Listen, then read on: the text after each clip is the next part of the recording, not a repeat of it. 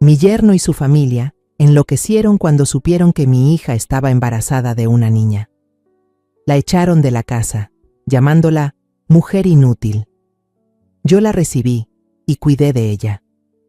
3 años después, la familia de su exmarido tocó a la puerta y se quedaron paralizados al ver a la niña. Me alegra que estés aquí. Si estás viendo este video, dale like, suscríbete al canal y cuéntame en los comentarios desde dónde escuchas mi historia de venganza. Quiero saber hasta dónde ha llegado. Una tarde de sábado, bajo una lluvia de final de verano, el aire húmedo y fresco cubría todo el pequeño vecindario. Yo estaba en mi cocina estrecha, con las manos llenas de masa, moldeando con destreza unas bolitas de pan dulce redondas y fragantes. Desde el dormitorio, escuchaba las risas claras de mis 2 nietos, que veían dibujos animados, seguramente el del osito de peluche que tanto les gustaba. Entonces sonó el timbre. 2 toques firmes, impacientes, como si la persona afuera no estuviera acostumbrada a esperar.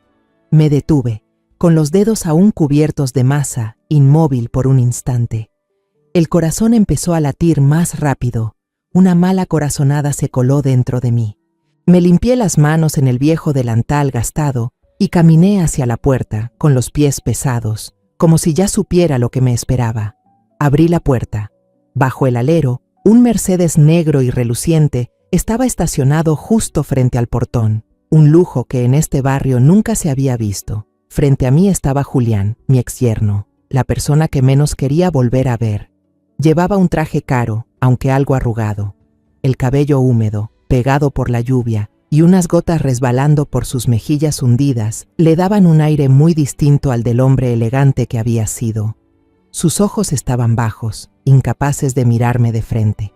A su lado estaban sus padres, don Tomás y doña Mercedes Herrera. Don Tomás se mantenía erguido, de hombros anchos y rostro severo, como quien está acostumbrado a dar órdenes. Doña Mercedes, como siempre, mostraba una sonrisa ensayada, con los labios pintados de rojo intenso, pero con una mirada helada. En sus manos sostenía una gran canasta envuelta en celofán brillante, llena de botellas de vino caro y frutas importadas. «Buenas tardes, señora Salgado», dijo con voz empalagosa. «Llueve tanto que, al pasar por aquí, quisimos aprovechar para saludarla». Extendió la canasta hacia mí, como si fuera una ofrenda de reconciliación, un intento de comprar mi buena voluntad. «Extrañamos mucho al niño», continuó, alargando las palabras con dramatismo. «Los niños necesitan una familia completa, ¿no le parece?».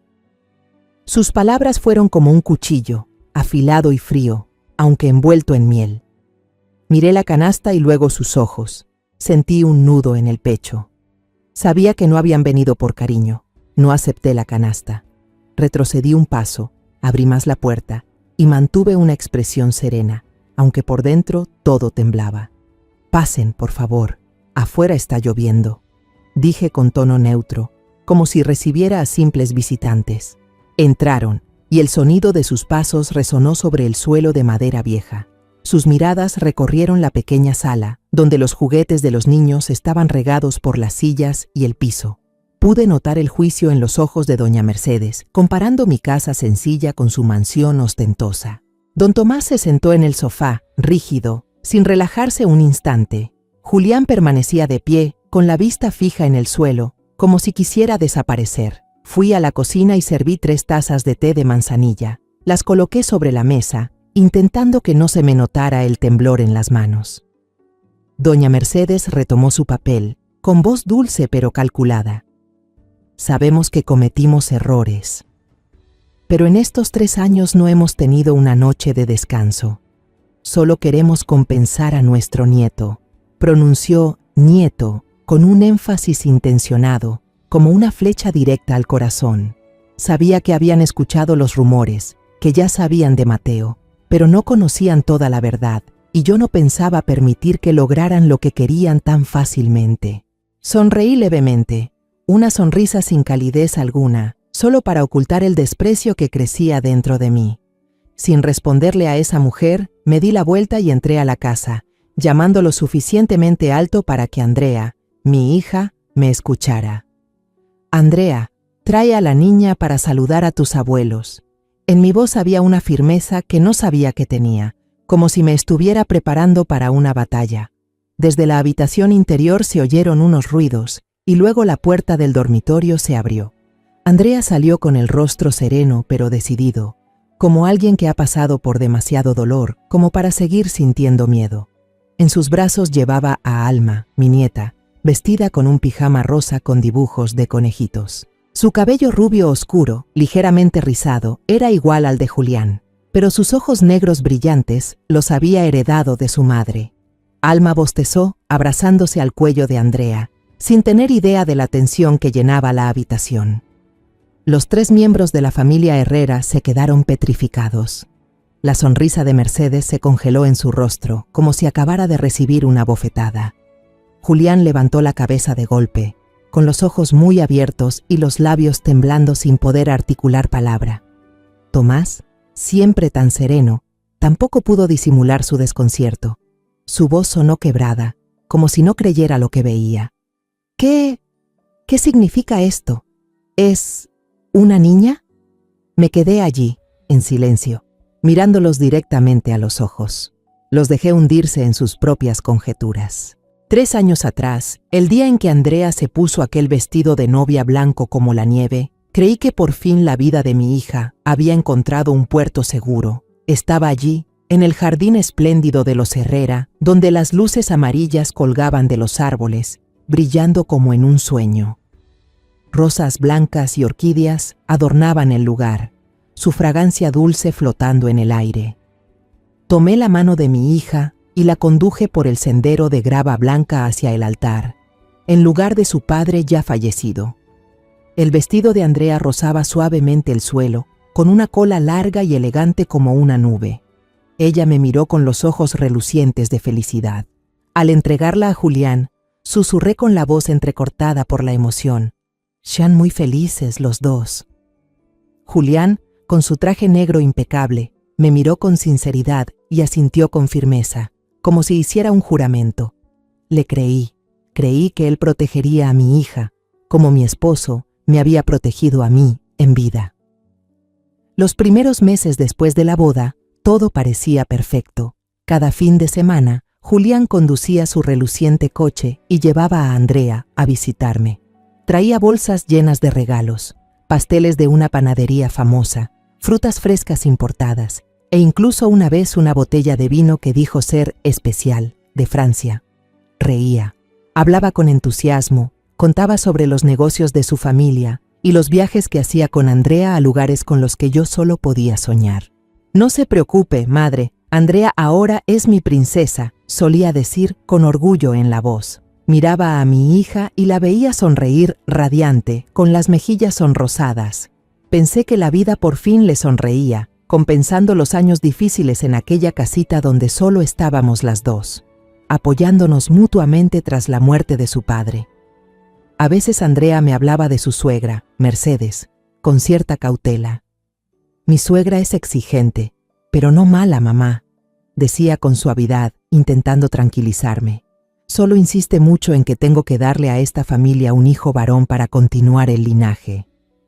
Sentí un escalofrío, pero quise pensar que era solo una costumbre de gente rica, de esas personas que quieren que todo sea perfecto según sus reglas. Intenté alejar la inquietud, convencerme de que Andrea sería amada en esa casa, como yo siempre la había amado. Un día, Andrea anunció que estaba embarazada.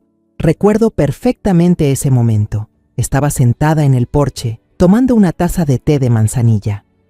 El teléfono sonó y escuché la voz emocionada de Julián. «Mamá, Andrea está embarazada. Vamos a tener un bebé». Sentí cómo se me llenaban los ojos de lágrimas, no de tristeza, sino de felicidad. Imaginé el momento de tener a mi nieto en brazos, de escuchar las risas de un niño llenando esta casa.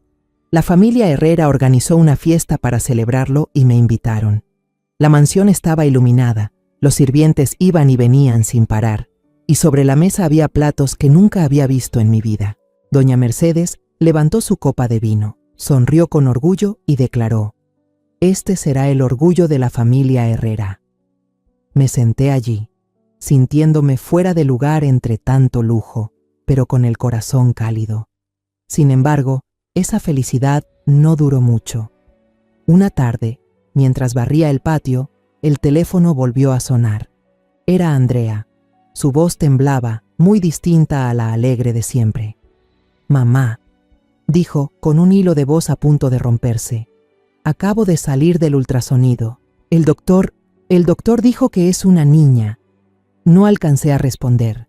Solo se escuchó un largo silencio al otro lado, seguido por el sonido de un vaso rompiéndose. Luego, la voz aguda y cruel de Mercedes tronó, sin saber que yo estaba escuchando. «¿Una niña? ¡Qué inútil! Los Herrera no necesitan una bocona inútil como esa». Esa palabra inútil fue como un cuchillo directo al pecho. Llamé a Andrea, pero la llamada se cortó de golpe. Marqué su número una y otra vez, luego el de Julián, pero nadie contestó. Decenas de llamadas, ni una respuesta. Sentí que algo terrible estaba por venir. Un miedo indescriptible me apretaba el pecho. Exactamente una semana después, a medianoche, el teléfono sonó de nuevo. Me levanté de un salto, las manos temblando al tomarlo. Era el número de Andrea. «Mamá, ayúdame». Su voz se quebraba entre sollozos y el silbido del viento que entraba por el auricular. Me echaron de la casa. No pensé en nada más. Agarré mi viejo abrigo, subí al camión oxidado y me lancé bajo la lluvia torrencial. Llovía tan fuerte que los limpiaparabrisas no servían de nada, pero no me importó. Solo pensaba en Andrea, mi hija, a quien juré proteger toda la vida. Cuando llegué a la mansión Herrera, la escena me heló el alma. Andrea, con el vientre ya abultado, estaba arrodillada frente al portón cerrado. La lluvia la empapaba por completo, su cabello pegado al rostro, los hombros temblando. Su maleta había sido arrojada fuera. Estaba abierta y la ropa del bebé flotaba en los charcos. Esos pequeños trajecitos, los gorros de lana que yo misma había tejido, ahora cubiertos de barro. Miré hacia la ventana del segundo piso y vi la silueta de Julián, solo por un segundo, antes de que la cortina se cerrara con brusquedad. Ni siquiera tuvo el valor de enfrentarnos. Corrí bajo la lluvia y la abracé. «Andrea, soy yo, mamá», susurré con la voz entrecortada. Me quité el abrigo y se lo puse encima, intentando cubrirla del frío. Andrea levantó la mirada, los ojos rojos, el rostro pálido. «Mamá, lo siento», sollozó. No la dejé terminar. La ayudé a ponerse de pie. La llevé despacio hacia el camión. Fui recogiendo cada prenda, cada calcetín diminuto, tratando de contener las lágrimas. No podía dejar que me viera débil. No ahora. Cuando puse mi mano en su hombro para guiarla hacia el vehículo, la sujeté con fuerza, el corazón hecho pedazos, y dentro de mí resonó una promesa silenciosa. Desde hoy, nadie volverá a lastimar a mi hija. Nadie. Al día siguiente de traer a Andrea a casa, me puse de inmediato a limpiar su antigua habitación. Era una habitación pequeña al final del pasillo, el lugar donde había crecido con sus sueños de juventud. Corrí las cortinas para dejar entrar la luz del sol, limpié el polvo del viejo escritorio y guardé con cuidado las fotos de boda que Andrea había colgado en la pared. Ella me ayudaba en silencio, sin decir una palabra, doblando las mantas con movimientos lentos, como si intentara doblar también las heridas de su corazón. Las primeras noches me despertaba sobresaltada por el llanto ahogado de Andrea en la habitación de al lado. Su llanto era tan tenue que parecía no querer que lo oyera, pero en aquella casa pequeña cada sonido se amplificaba. Una noche, incapaz de soportarlo más, empujé suavemente la puerta. Bajo la tenue luz de la lámpara, vi a Andrea acurrucada en la cama, abrazando su vientre, murmurando: «Perdóname, hijo, perdóname». Sus ojos estaban enrojecidos, su rostro cubierto de lágrimas. Me acerqué, me senté a su lado y la abracé. «No tienes nada de qué culparte, Andrea», le dije con la voz temblorosa. «Eres la persona más fuerte que conozco». Empecé a cocinar los platos más nutritivos que sabía. Los mismos que mi madre me preparaba cuando estaba embarazada de Andrea. Sopa de frijoles negros con aroma a comino, caldo de pollo con jengibre y jugo de naranja recién exprimido con mis propias manos. Tienes que comer, por ti y por el bebé, le decía mientras ponía el plato frente a ella. Andrea solo asentía, tomaba la cuchara, pero su mirada seguía vacía. La sacaba a caminar cada tarde por el barrio, entre calles cubiertas de árboles. Esperaba que el aire fresco y el canto de los pájaros le devolvieran algo de paz. Pero las miradas de los vecinos, las expresiones curiosas y los murmullos a nuestras espaldas hacían que Andrea bajara la cabeza. «Señora Salgado, ¿su hija fue abandonada por su marido?», me preguntó una vecina sin rodeos mientras compraba verduras en el mercado. Sonreí con frialdad y respondí: «Los asuntos de mi familia los arreglo yo». Pero por dentro sentí un dolor profundo. No solo sufría por Andrea, sino por lo cruel que podía ser el mundo con ella. Una semana después, el abogado de Julián llamó. Su voz era suave, demasiado educada, y pidió una cita para finalizar los trámites del divorcio. Miré a Andrea, esperando su reacción. Ella asintió, con una mirada cansada pero firme. «Vamos, mamá», dijo. Fuimos a una pequeña cafetería, no a una oficina elegante como había imaginado.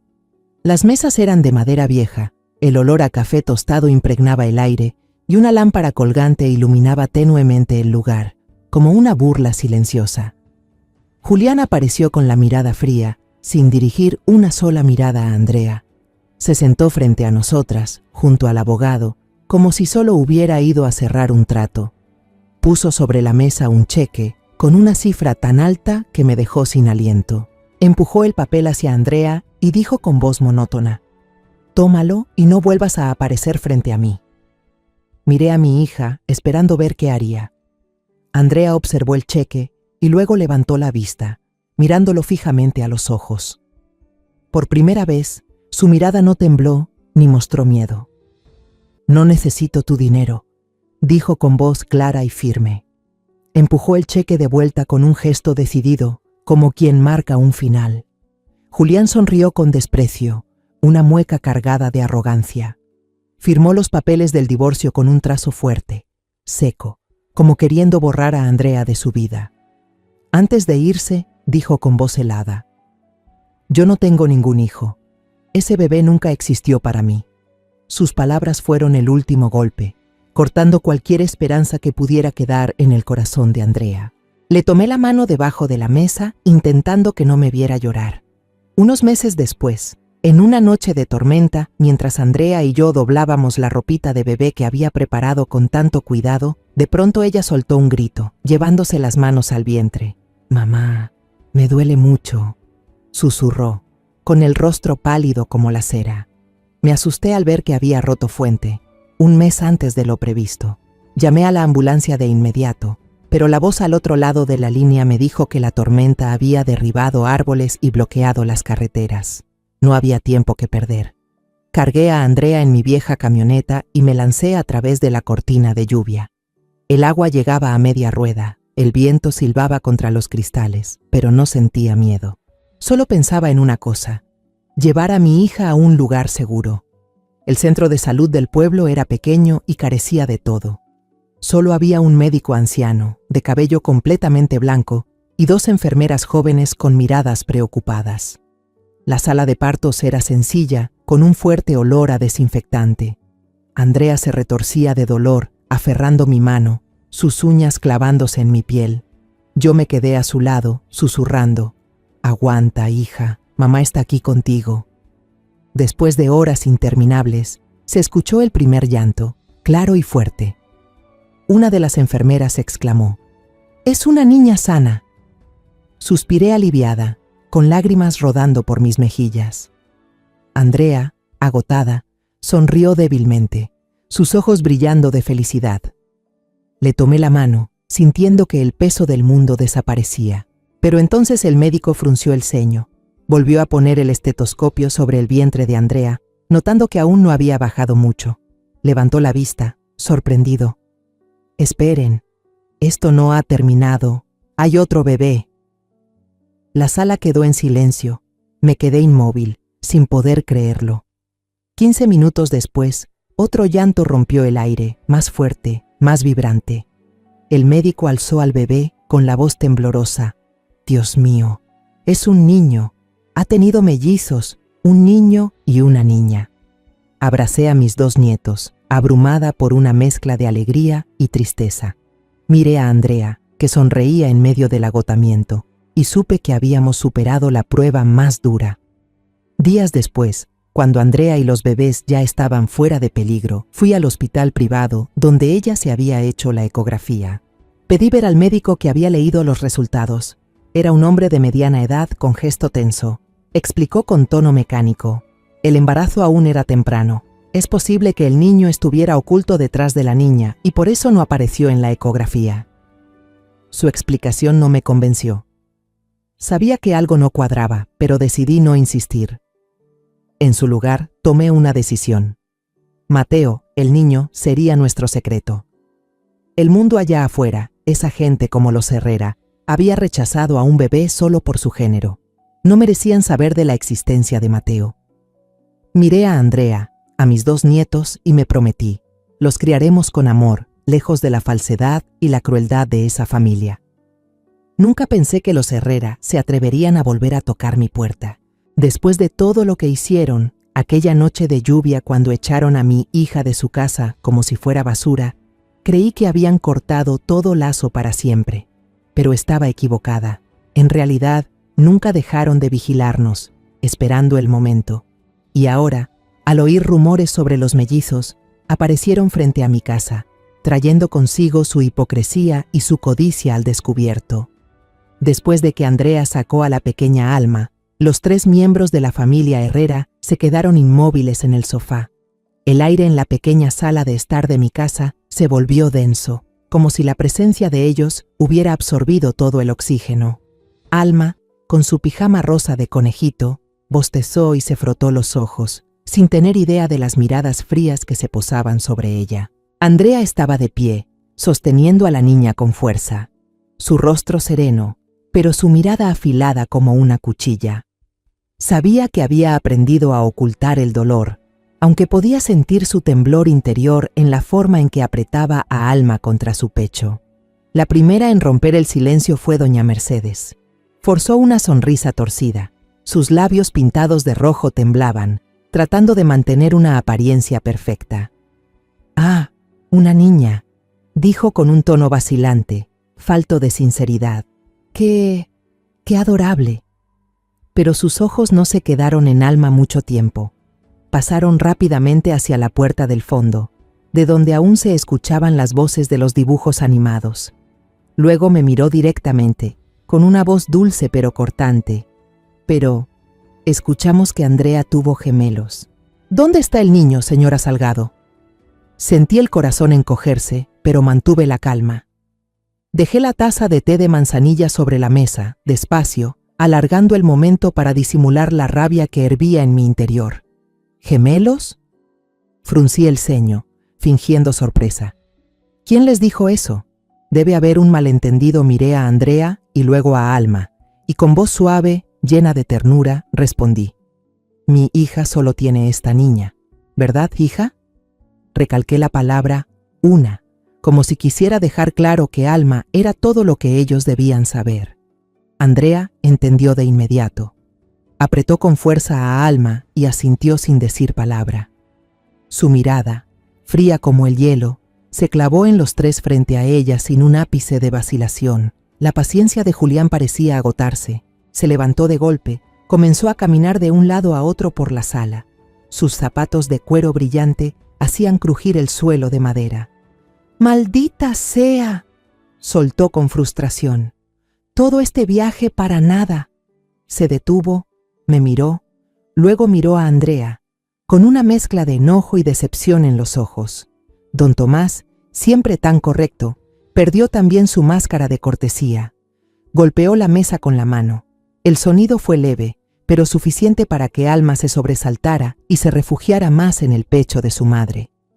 «No hemos venido hasta aquí para ver a una cualquiera», gruñó, recalcando la palabra cualquiera como si escupiera una ofensa. «¿Dónde está nuestro nieto, señora Salgado?», Su pregunta sonó como una declaración de guerra, como si tuviera derecho a exigir algo que ellos mismos habían despreciado. Sus palabras encendieron mi ira, pero pronto se apagó, reemplazada por un desprecio absoluto. Los miré uno por uno, a doña Mercedes con su sonrisa fingida, a don Tomás con su aire de superioridad y a Julián, cobarde, incapaz de enfrentar la verdad. No habían venido por arrepentimiento, no habían venido por amor, habían venido por Mateo, por el nieto heredero, por lo que consideraban el orgullo de su linaje. Para ellos, Alma, mi pequeña nieta, simplemente no existía. Me levanté, caminé directo hacia la puerta principal y la abrí de par en par.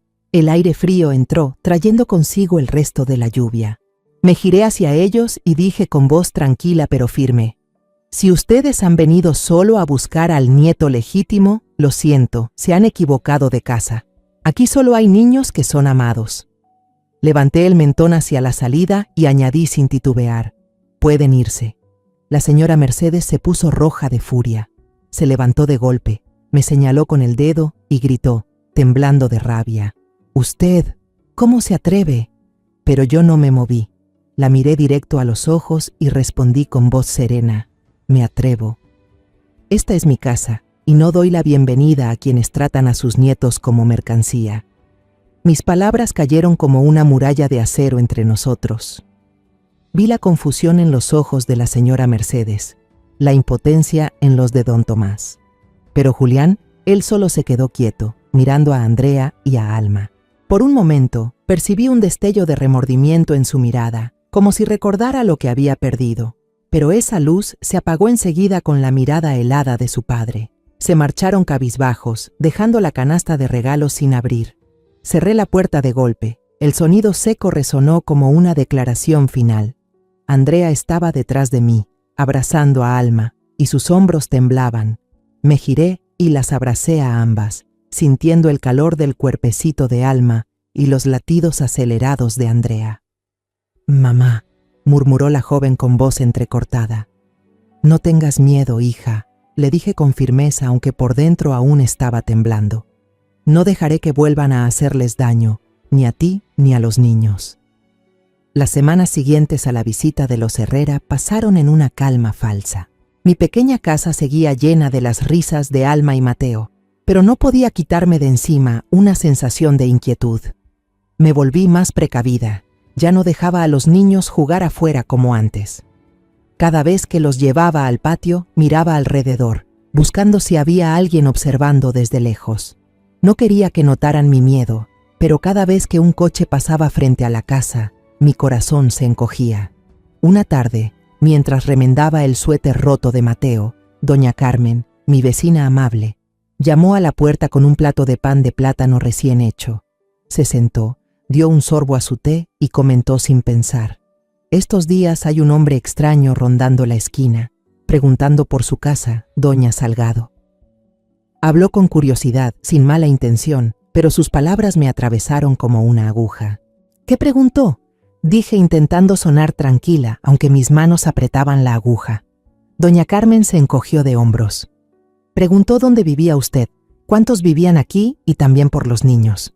No le dije nada, solo que buscara por su cuenta». Le sonreí agradecida, pero cuando se fue, me quedé inmóvil, sintiendo como si una mano invisible me apretara el cuello. Supe enseguida que los Herrera no habían desistido. Habían olfateado el rastro de Mateo y no se detendrían. Esa noche, justo después de cenar, cuando Andrea y yo terminábamos de alimentar a Alma y Mateo, que jugaban con bloques de colores en su cuarto, el timbre sonó. El ruido seco, metálico, sonó como una advertencia. Andrea me miró con preocupación, luego tomó a Alma en brazos, instintivamente protegiéndola. Respiré hondo. Caminé hacia la puerta y la abrí, preparada para lo que fuera que estuviera esperando. Bajo la luz amarillenta del porche, solo estaban Julián y su padre, don Tomás. Ya no había un Mercedes reluciente, sino un viejo sedán, como si lo hubieran elegido a propósito, para parecer humildes, para ocultar sus verdaderas intenciones. Julián estaba frente a la puerta, sin su traje elegante, con un simple suéter gris, pero reconocí de inmediato que el gesto de arrepentimiento en su rostro era cuidadosamente ensayado. Bajó la cabeza, miró al suelo y dijo con voz temblorosa: «Madre, la última vez fue porque estábamos muy impactados. Le pedimos a usted y a Andrea que nos perdonen. Solo estábamos cansados». Sus palabras sonaban como una lección memorizada, sin una pizca de sinceridad. Crucé los brazos, bloqueando la entrada sin invitarlos a pasar. «El cansancio no es excusa para negar a tu propia sangre», respondí con voz fría, sin mostrar emoción alguna. Don Tomás dio un paso al frente. Su figura alta parecía querer imponerse sobre mí. Su tono era tranquilo, pero escondía una amenaza. «Ya lo sabemos todo, señora Salgado. Sabemos que Andrea tuvo gemelos, un niño y una niña. Nuestros hombres los vieron en el parque». Sus palabras fueron como una bala, rompiendo el muro que había levantado para proteger a mi familia. Sentí la sangre subir a mi cabeza, pero me obligué a mantener la calma, sin mostrar que me afectaba. Lo miré directo a los ojos, sin el menor rastro de miedo. «¿Sus hombres?», pregunté con ironía. «¿Así que nos espía, como si fuéramos criminales?». Julián levantó la vista, por primera vez mirando directamente a Andrea, que estaba detrás de mí con Alma en brazos. «Andrea, te lo ruego», dijo con voz temblorosa, pero sabía que no era arrepentimiento verdadero. «Déjame ver a mi hijo. Quiero ser su padre». Recalcó la palabra hijo, como si Alma, la nieta que Andrea sostenía, no existiera. Sus palabras me hicieron perder el control. Solté una risa seca que resonó en el silencio.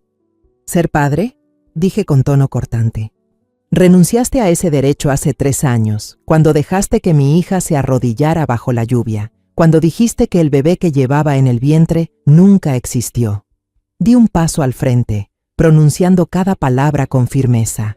«Si de verdad extrañas a tus hijos, aquí tienes a mi hija y a mi nieta, pero ustedes las trataron como basura. No merecen volver a ver a ninguno de mis nietos». Mis palabras fueron como una muralla de acero, implacables. Vi que la mirada de Julián vaciló, pero don Tomás seguía con el rostro endurecido, como un hombre que no acepta un no por respuesta. En ese momento, se escucharon unos pasitos desde adentro. Mateo, curioso como todo niño, corrió hacia afuera y se escondió tras mis piernas, mirándolos con sus grandes ojos. «Abuela, ¿quiénes son?», preguntó con voz inocente, sin entender nada, pero su pregunta me atravesó el corazón. Las miradas de Julián y don Tomás se clavaron en Mateo, llenas de deseo y codicia. Pude ver claramente lo que querían, no por amor, sino por lo que llamaban el heredero. Con suavidad, empujé a Mateo hacia adentro y cerré la puerta del cuarto, protegiéndolo de esas miradas. «Ve a jugar con tu hermana, hijo», le dije con voz dulce, intentando que no notara la tensión. La máscara de don Tomás finalmente cayó. Se acercó más. Su voz sonó como una amenaza. «No se atreva a actuar así. Nos está impidiendo ver a nuestro nieto. La demandaremos». Julián intervino, con tono más firme, como si hubiera recuperado el valor. «La ley estará de nuestro lado. El niño necesita a su padre, necesita un futuro mejor que este lugar miserable». La palabra miserable fue como una bofetada. Miré alrededor de mi pequeña casa, donde había criado a Andrea y protegía a mis nietos. Podría no ser lujosa, pero estaba llena de amor. Y él, que había abandonado a su propia sangre, se atrevía a llamarla miserable. Miré directamente a sus ojos, sin un ápice de miedo. «Háganlo», dije con voz tranquila pero fría. «No le temo a los mentirosos. Estoy lista para enfrentarme a ustedes en el tribunal». Retrocedí un paso. Puse la mano en el picaporte y cerré la puerta de golpe frente a ellos. El sonido seco del cerrojo resonó como una declaración firme. No tenían lugar en nuestras vidas. Justo una semana después de que la familia Herrera se marchara de mi casa con el rostro lleno de ira, un cartero apareció en la puerta. Me entregó un sobre grueso con el sello rojo del tribunal de la ciudad. Me quedé allí, con el sobre en la mano, el corazón latiendo tan fuerte que parecía querer salirse del pecho. Supe de inmediato que era lo que tanto temía. Entré a la casa, abrí el sobre, y cada línea de la demanda fue como una puñalada. Los Herrera exigían el reconocimiento de la paternidad entre Julián y Mateo, además de reclamar la custodia total de Mateo Herrera. Incluso ya le habían puesto su apellido al niño, como si fuera un objeto que podían apropiarse. Andrea, sentada a mi lado, leyó el documento con las manos temblorosas, mientras las lágrimas caían silenciosas por sus mejillas. «Mamá», susurró, con la voz quebrada. La abracé con fuerza y traté de mantenerme firme. «No tengas miedo, Andrea. La verdad estará de nuestro lado», pero por dentro también temblaba. No por miedo a perder, sino porque sabía que esta batalla arrastraría a mi familia hacia una nueva tormenta. A la mañana siguiente, al abrir el periódico más importante de la región, un titular escandaloso me saltó a la vista. Tragedia de la familia. Herrera, la abuela egoísta impide que vean a su nieto legítimo. Acompañaba una foto cuidadosamente preparada. Julián, demacrado, sentado junto a sus padres mayores. Doña Mercedes secándose las lágrimas con un pañuelo caro. El contenido del artículo era una completa mentira. Decían que habían sido engañados sobre la existencia de Mateo, que habían intentado reconciliarse, pero que Andrea y yo lo habíamos impedido. Peor aún, insinuaban que reteníamos al niño para sacarle dinero a su familia rica. Leí esas palabras apretando el periódico hasta arrugarlo, mientras la rabia me invadía, sustituida enseguida por una tristeza profunda. No solo querían quitarme a Mateo, también querían destruir nuestro honor, hacernos ver como codiciosas y crueles ante el mundo. Las consecuencias del artículo llegaron de inmediato. Esa mañana llevé a Alma y a Mateo al mercado como siempre. Los niños me tomaban de la mano, contándome sus historias del jardín de infancia, pero noté las miradas extrañas a nuestro alrededor. La vendedora de verduras, que solía saludarme con alegría, ahora se limitó a pesar los productos en silencio antes de apartarse. Un frutero cercano murmuró a un cliente: «¡Qué avaras! Se quedan con el niño para sacarle dinero a los ricos». Escuché cada palabra como agujas en el corazón. Apreté las manos de Alma y Mateo y forcé una sonrisa para que no notaran nada, aunque por dentro me pesaba el alma. En el camino de regreso, Mateo preguntó inocente: «Abuela, ¿por qué la señora de las verduras no me dio un caramelo hoy?». Solo le acaricié la cabeza y respondí con voz entrecortada: «Se le acabaron los caramelos, mañana te compraré uno». «¿Sí?». Pero en el fondo sabía que no era cuestión de caramelos, sino del juicio del mundo exterior. La reunión mensual del club de lectura, donde antes se encontraba alegría entre libros e historias compartidas, se había convertido en una frontera invisible. La presidenta, que solía invitarme a tomar té, cambió repentinamente el tema del día por la importancia del linaje familiar. Mis antiguas amigas evitaban mirarme a los ojos. Algunas murmuraban entre ellas cuando pasaba. Traté de quedarme unos minutos, pero el ambiente se volvió insoportable. Me levanté, guardé mis cosas y me fui a mitad de la reunión. Afuera, la luz del atardecer caía sobre mis hombros, pero me sentí más sola que nunca. La traición de quienes creía amigas me desgarró el alma. Me pregunté si aún quedaba lugar para la verdad en este mundo, pero sabía que no podía quedarme sentada esperando. No podía permitir que los Herrera siguieran inventando su historia llena de mentiras. Fui a buscar al abogado Rojas, un viejo amigo de mi difunto esposo. El señor Rojas ya estaba retirado, pero su reputación de ser un hombre justo aún resonaba en el pueblo. Fui a su casa, una casita con un jardín lleno de margaritas amarillas. Él me escuchó con atención mientras le contaba todo. Desde la noche en que Andrea fue echada de la casa de los Herrera hasta la vez que aparecieron exigiendo ver a Mateo. Cuando terminé, asintió con una mirada seria pero cálida. «Señora Salgado, la ayudaré con este caso, no por dinero, sino por justicia».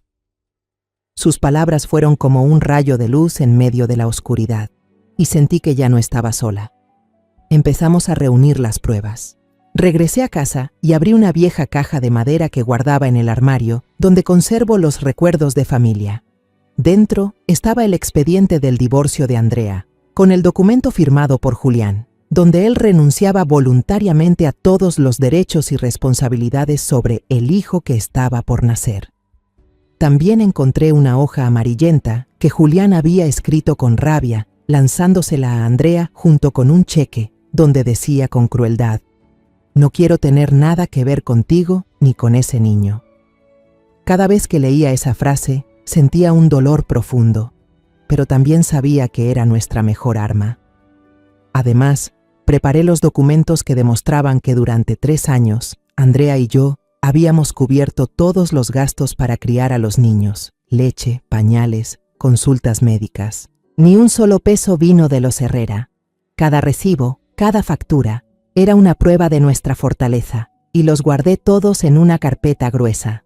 Mientras tanto, el abogado de los Herrera aparecía constantemente en los periódicos, dando entrevistas con un tono trágico. Hablaban del dolor de una familia separada, del amor que sienten por un nieto al que nunca conocieron. Cada palabra era una capa de pintura falsa, escondiendo su egoísmo y su avaricia. Andrea y yo decidimos guardar silencio. El señor Rojas me dijo, con voz tranquila pero firme: «Déjelos hablar, señora Salgado. Cuanto más hablen, más se equivocarán. Nosotros hablaremos solo una vez, en el tribunal». Sus palabras me dieron fuerza, aunque la preocupación seguía ahí. Cada noche me sentaba en la sala, miraba a mis nietos dormir y me preguntaba: si perdemos, ¿cómo podré protegerlos? La noche antes del juicio, Andrea y yo nos sentamos frente a frente en la sala. La luz amarilla del foco iluminaba su rostro, haciéndola parecer fuerte y frágil a la vez. «Mamá», dijo con voz temblorosa, «¿y si perdemos?». Su pregunta me atravesó el alma, pero le tomé la mano y señalé la pila de documentos sobre la mesa. «La verdad está aquí», le respondí con firmeza, «y la verdad nunca pierde». Intenté sonreír para tranquilizarla, pero por dentro solo podía rezar. Recé por la justicia, por mis nietos y por Andrea, que ya había sufrido demasiado. El día del juicio, en el Tribunal de Familia de la ciudad, la sala estaba cargada de tensión. El aire era espeso, lleno de miradas curiosas. A la izquierda, los periodistas esperaban con sus cámaras, listos para convertir nuestra historia en titulares sensacionalistas. A la derecha, los vecinos del pueblo, algunos de los que antes eran amables, ahora me daban la espalda. Los vi murmurar, señalar, y sentí un nudo en el pecho. Andrea, el señor Rojas y yo estábamos sentados en la primera fila. Andrea me apretaba la mano con fuerza, sus dedos fríos como el hielo, buscando refugio en mi presencia. Le acaricié la mano suavemente, intentando transmitirle calma, aunque yo misma luchaba por mantenerla.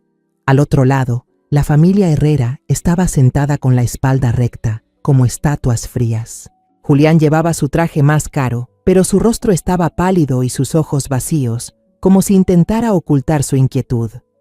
Doña Mercedes usaba gafas de sol oscuras, más parecida a alguien de vacaciones que a una persona en un juicio, y don Tomás mantenía una expresión de hierro, como un hombre acostumbrado a mandar y a no perder nunca. Al verlo, sentí una ira helada recorrerme la espalda, pero me repetí que debía mantener la calma. Esto no era solo una batalla por Mateo, sino también por el honor de mi familia, por todo lo que habíamos soportado. El abogado de los Herrera, un hombre joven de aspecto pulcro, se levantó para comenzar su exposición. Hablaba con gran elocuencia, como si actuara en un teatro lleno. Habló del sagrado vínculo paterno que se había roto, del dolor de unos abuelos que no podían ver a su nieto. Mostró facturas de juguetes y ropa infantil costosa que los Herrera habían comprado recientemente, como si fueran pruebas de su afecto. Miré esas facturas y sentí el estómago encogerse. Esas cosas no eran por amor, sino parte del espectáculo que habían montado para quedarse con Mateo. Luego llamó a su testigo, y mi corazón se detuvo cuando vi a la presidenta del club de lectura subir al estrado. Aquella mujer que me había invitado a tomar té, que solía sonreír con amabilidad, ahora evitaba mi mirada. Declaró con voz monótona: «La familia Salgado últimamente parece vivir mucho mejor. Escuché que recibieron dinero de alguna parte». Sus palabras fueron como un cuchillo, insinuando que estábamos usando a Mateo para sacar provecho. La sala murmuraba, y sentí las miradas clavarse en mí, como si fuera una mujer codiciosa y egoísta. Andrea apretó más fuerte mi mano y supe que estaba conteniendo las lágrimas. Cuando llegó nuestro turno, el señor Rojas no se apresuró. Me llamó como primer testigo. Me levanté con las piernas temblorosas, pero con el corazón firme. Al subir al estrado y mirar la sala, sentí que toda mi vida estaba siendo juzgada. El abogado de los Herrera me miró con una sonrisa burlona y lanzó una pregunta provocadora. Señora Salgado, ¿retuvo usted al niño esperando obtener algún beneficio de la familia adinerada de mi cliente, verdad? La sala volvió a murmurar, y el murmullo era como agujas clavándose en mi pecho. Respiré hondo, lo miré a los ojos y luego giré hacia Julián, diciendo con voz baja pero firme, que resonó en toda la sala. ¿Beneficio? Solo he cuidado lo que ustedes abandonaron. Comencé a hablar, cada palabra saliendo desde lo más profundo de mi alma. Conté aquella noche de lluvia, 3 años atrás, cuando encontré a Andrea arrodillada frente al portón de los Herrera, con el vientre hinchado y la ropa del bebé tirada en el barro. Describí la silueta de Julián detrás de la cortina, mirándola sin salir a ayudar. Relaté los días y noches que siguieron, cuando Andrea y yo enfrentamos todo solas, sin un solo peso de ayuda de los Herrera. El silencio se adueñó de la sala, solo se oía mi voz, pausada pero llena de fuerza. Vi a algunas personas agachar la cabeza, a otras limpiarse las lágrimas. No hablaba para inspirar lástima, hablaba para que la verdad saliera a la luz. El señor Rojas se levantó y comenzó a presentar las pruebas. La pantalla grande de la sala se iluminó.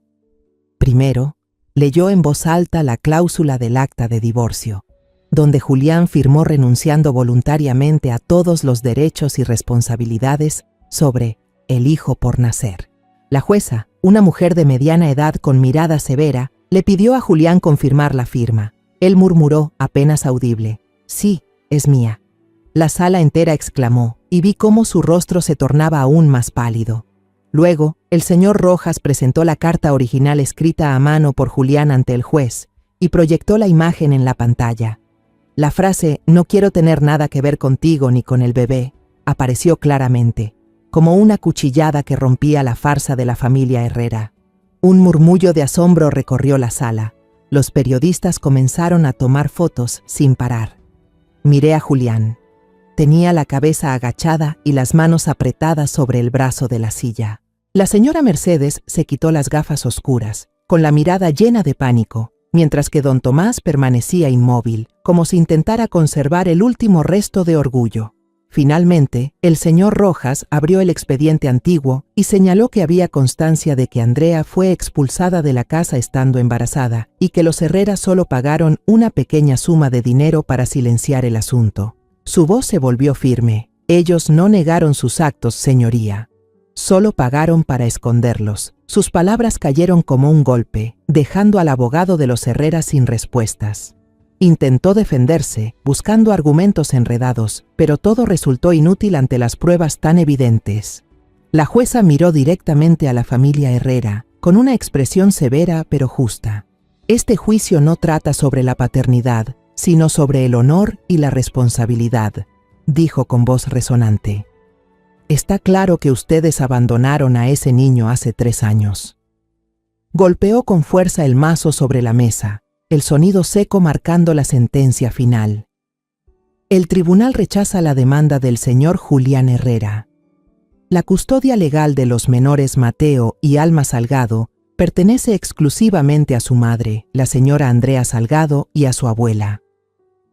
Sentí como si el mundo entero se hubiera detenido.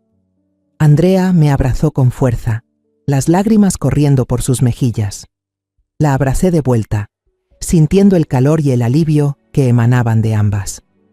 El señor Rojas sonrió, puso su mano sobre mi hombro y susurró: «Lo logramos, señora Salgado». Miré hacia el lado de los Herrera. Los 2 ancianos tenían la cabeza baja y Julián permanecía inmóvil, con el rostro pálido como el papel. En ese momento no sentí satisfacción, sino una tristeza profunda. Ellos habían perdido, pero el precio de su egoísmo y de sus mentiras era algo que cargarían por el resto de sus vidas. Cuando la puerta de la sala se cerró detrás de nosotras, salí junto a Andrea. La multitud de periodistas se abalanzó, con micrófonos y cámaras apuntando hacia nosotras. Esta vez, sus miradas no eran de juicio, sino de empatía, como si finalmente entendieran un poco nuestra historia. El señor Rojas, con su habitual calma, dio un paso al frente y levantó la mano para contenerlos. Solo dijo una frase corta, con voz firme: «La justicia ha sido servida». Lo miré, con el corazón lleno de gratitud. Aquellas palabras, aunque simples, se sintieron como una brisa fresca que disipaba parte del peso que llevaba dentro. Del otro lado, la familia Herrera no tuvo la misma suerte. Los rodeaban los reporteros, los flashes no dejaban de parpadear y los gritos del público llenaban el aire. Julián, con el rostro grisáceo, intentaba abrirse paso entre la multitud, mientras don Tomás y la señora Mercedes necesitaban guardaespaldas para llegar al coche. Los observé marcharse cabizbajos y, otra vez, no sentí placer, solo una tristeza profunda. Ellos mismos habían cavado su propia tumba y ahora debían pagar el precio de su egoísmo y su engaño. A la mañana siguiente, me levanté temprano, preparé una taza de té de manzanilla y abrí el periódico más grande de la región. El titular me saltó a la vista: «La verdad detrás del caso de la familia Herrera. Privados del derecho de visita por discriminación de género y abandono familiar». El artículo relataba con detalle la audiencia, desde las pruebas irrefutables que presentamos hasta la torpeza del abogado de los Herrera. Revelaban la historia real, la noche en que Andrea fue echada de su casa, la carta escrita a mano y llena de veneno de Julián, y la verdad de que los Herrera nunca se interesaron por Alma, solo porque era una niña. Leía con las manos temblorosas, no por ira, sino porque al fin la verdad había sido reconocida. El honor de mi familia, ese que intentaron manchar, ahora nos era devuelto. Las consecuencias para los Herrera llegaron más rápido de lo que imaginaba. A los pocos días, un importante socio internacional de la constructora de los Herrera anunció la cancelación de su contrato con una razón clara: no colaboramos con una empresa cuyo liderazgo carece de ética. Sus acciones se desplomaron y escuché que otros inversionistas también comenzaron a retirar su dinero. Don Tomás, siempre tan orgulloso de su posición, se vio obligado a renunciar a la presidencia del consejo directivo, un golpe directo a su orgullo. La señora Mercedes, que siempre había vivido por las apariencias, cayó realmente enferma. No se atrevía a salir de casa y cortó todo contacto social, como si quisiera esconderse de las miradas juzgadoras. No sentí lástima, pero tampoco alegría. Cosecharon lo que sembraron y yo solo deseaba que dejaran en paz a mi familia. Pero Julián, en lugar de arrepentirse, se volvió más rencoroso. Escuché que se sentía humillado públicamente, despojado de todo. Para alguien como él, el fracaso nunca es fácil de aceptar.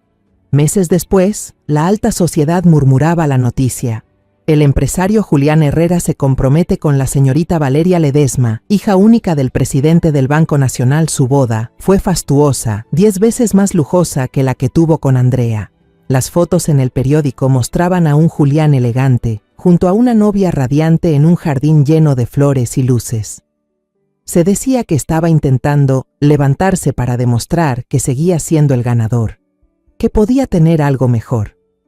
Pero al mirar sus ojos en esas fotos, vi un vacío imposible de disimular. Nuestra vida, mientras tanto, fue volviendo poco a poco a la normalidad, aunque una normalidad distinta.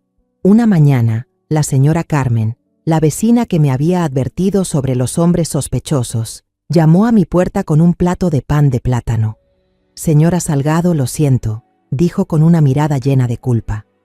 «Creí en las mentiras de los periódicos. Me equivoqué». Sonreí, acepté el plato y la invité a tomar té. Las mujeres del club de lectura también empezaron a contactarme de nuevo, invitándome a las reuniones.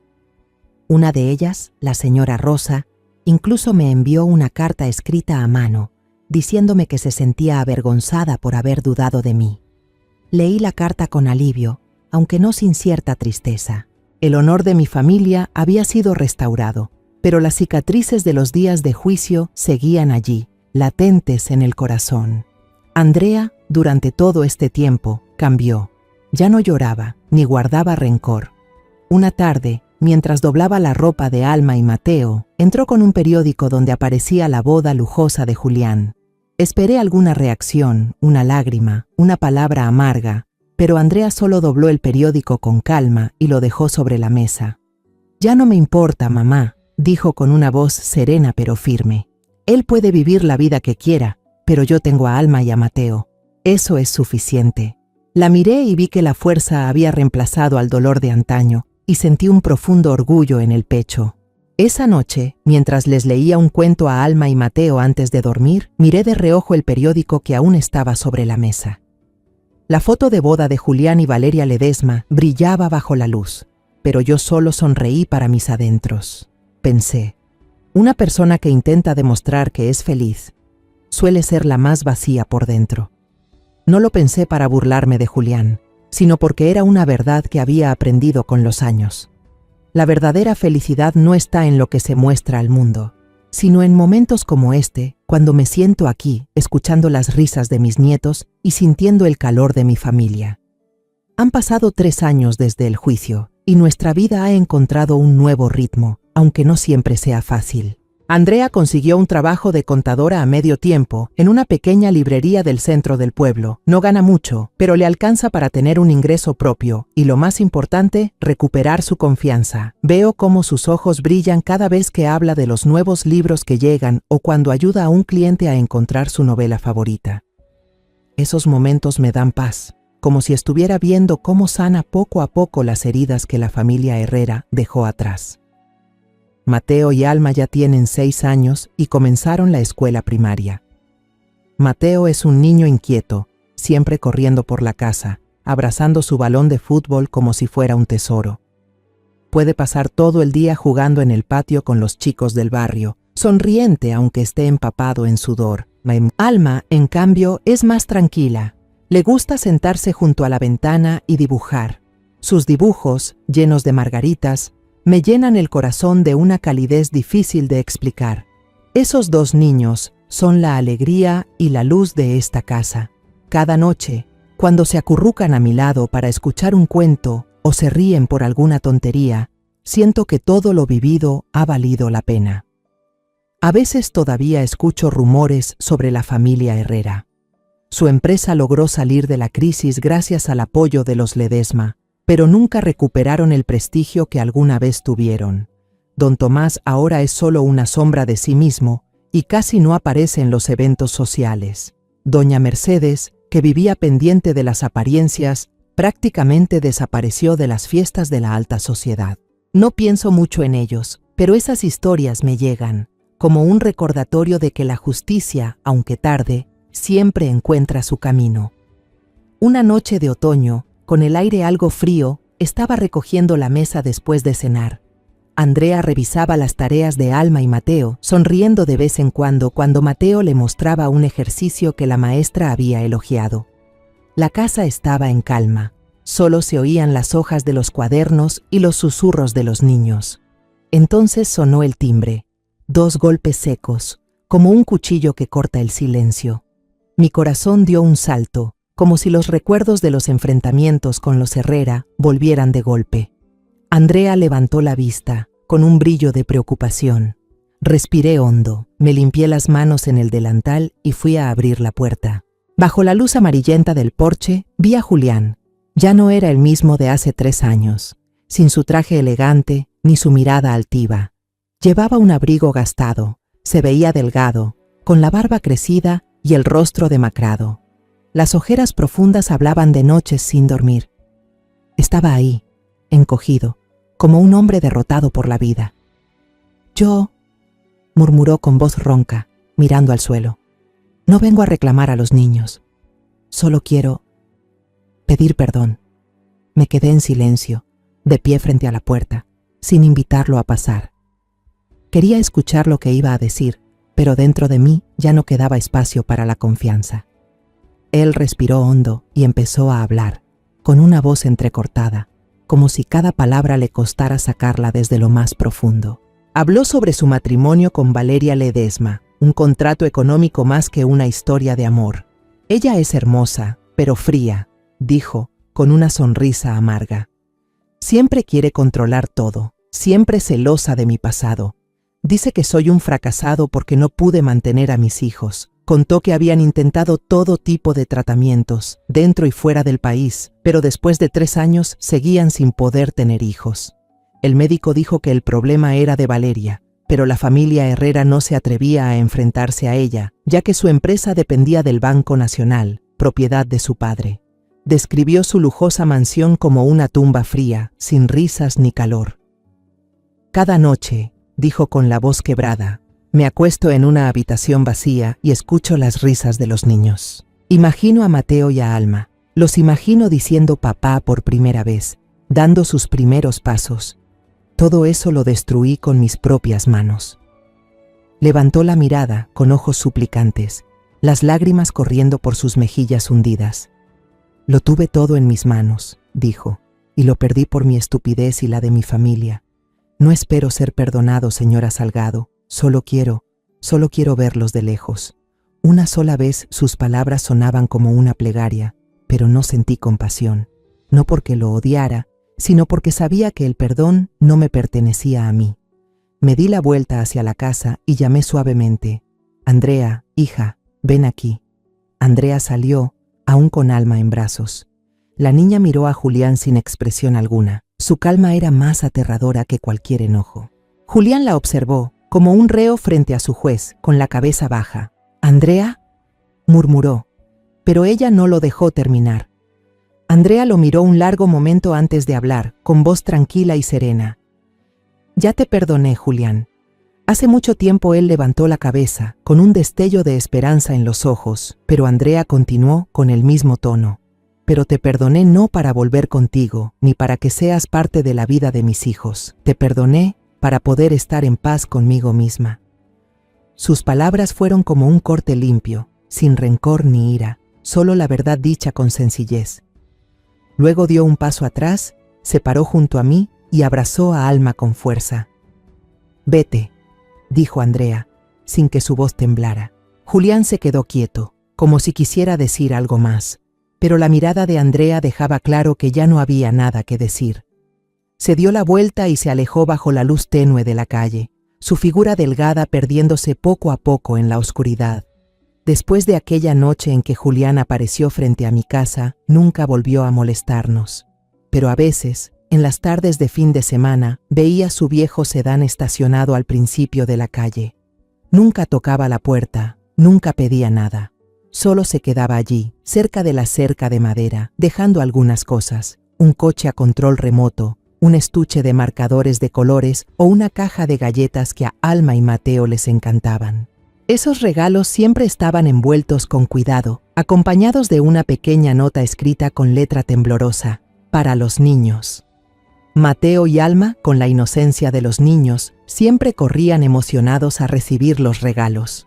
«Ah, el tío amable ha llegado», gritó Mateo, abrazando con fuerza el coche de juguete, con los ojos brillando de alegría. Alma sostenía una caja de lápices de colores, murmuró un tímido «gracias», antes de girarse hacia mí para presumir. «Abuela, hoy la maestra me dijo que dibujo muy bien». Julián solo se quedó allí, sonriendo, pero su sonrisa era triste y sus ojos estaban húmedos. Una vez se agachó para abrazar rápidamente a los niños, apenas unos segundos. Luego se enderezó y se marchó sin mirar atrás. Andrea y yo lo observamos desde la ventana, sin decir una palabra. No había enojo ni satisfacción, solo una silenciosa aceptación. Los niños no sabían que era su padre, y tal vez así era mejor. El día del aniversario de la muerte de mi esposo, como cada año, Andrea y yo llevamos a Alma y Mateo a visitar su tumba. El cementerio estaba en las afueras, donde las hileras de eucaliptos se alzaban rectas y las hojas susurraban con el viento. Limpié la lápida y coloqué sobre ella un ramo de crisantemos amarillos, las flores favoritas de mi marido. Alma y Mateo jugaban cerca, sus risas puras resonando en el aire tranquilo. Me senté junto a la tumba y le susurré en voz baja: «¿Ves, amor? Estamos bien. Andrea es más fuerte de lo que pensabas, y los nietos son nuestra mayor alegría. Andrea se sentó a mi lado, apoyó la cabeza en mi hombro sin decir nada. Sentí el calor de su cuerpo y por un instante una profunda paz me envolvió. Entonces Andrea habló, con una voz suave como el viento. Mamá, ya no siento odio por Julián, solo siento alivio. Verlo así no me da felicidad. Sus palabras me dejaron inmóvil. Le acaricié el cabello y sonreí. Has aprendido una lección que muchos adultos nunca comprenden. A veces la verdadera victoria no está en vencer al enemigo, sino en encontrar la paz dentro de uno mismo. Andrea asintió, con una luz nueva en los ojos, como si acabara de soltar un peso invisible. La miré y vi la madurez que el dolor había forjado en ella, y me llené de orgullo. Cuando regresamos a casa, ya caía la tarde. La luz del atardecer teñía de oro la pequeña calle, con las casas escondidas entre los árboles. Estaba abriendo la puerta cuando vi a Julián allí, frente a la cerca. Esta vez no traía regalos. Solo estaba de pie, como una sombra, con las manos metidas en los bolsillos de su abrigo gastado. Su rostro se veía más demacrado que la última vez que lo vi, con ojeras más profundas. Me miró, y en sus ojos ya no había súplica, solo el cansancio de quien ha atravesado demasiadas pérdidas. Mateo y Alma lo vieron y corrieron enseguida hacia él. «¡Tío bueno!», gritó Mateo, tirando de su mano mientras decía emocionado. «Tío, hoy fuimos a visitar al abuelo. El abuelo está en la colina, hay muchos árboles bonitos allí». Alma intervino con voz suave. «Le hice un dibujo al abuelo. ¿Quieres verlo?». Julián se agachó, les acarició la cabeza, con una sonrisa triste en los labios. Entonces Mateo, con la inocencia de un niño, preguntó: «Tío, ¿tú tienes papá? ¿Tu papá te quiere?». La pregunta inocente del niño fue como una puñalada. Julián se quedó paralizado. No pudo responder, solo bajó la cabeza y apretó con fuerza el cabello de Alma y Mateo, como si quisiera retener ese momento un poco más. Andrea estaba en el umbral, observando la escena. En sus ojos ya no había tormenta, ni dolor ni rencor. Me quedé a su lado, sintiendo la fuerza que emanaba de ella. Julián levantó la vista, miró a Andrea y luego a mí.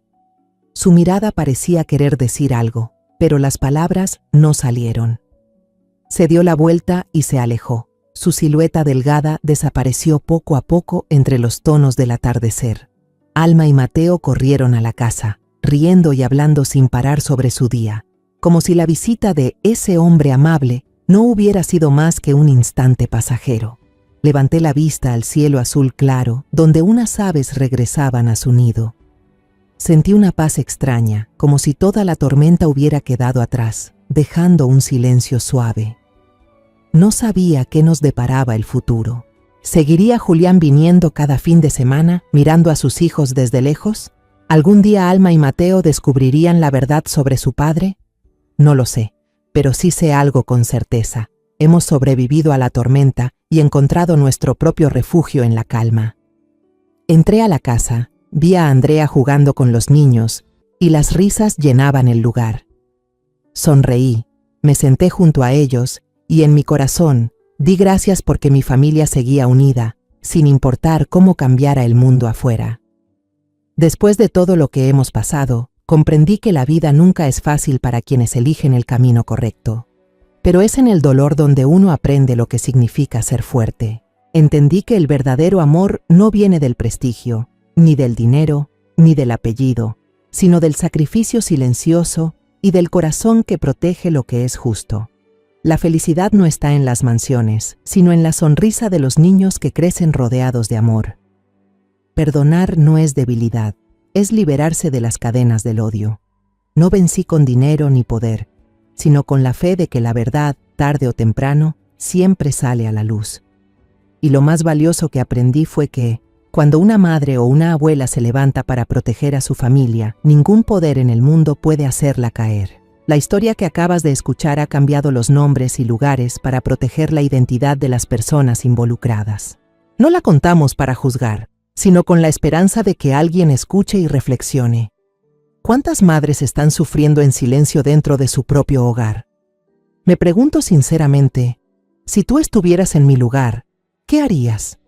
¿Guardarías silencio para mantener la paz o enfrentarías todo para recuperar tu voz? Quiero saber tu opinión, porque cada historia puede ser una luz en el camino de otro. Dios siempre bendice, y creo firmemente que el valor nos llevará hacia días mejores. En este momento, en la pantalla final dejaré 2 de las historias más queridas del canal. Estoy segura de que te sorprenderán. Gracias por quedarte conmigo hasta este instante.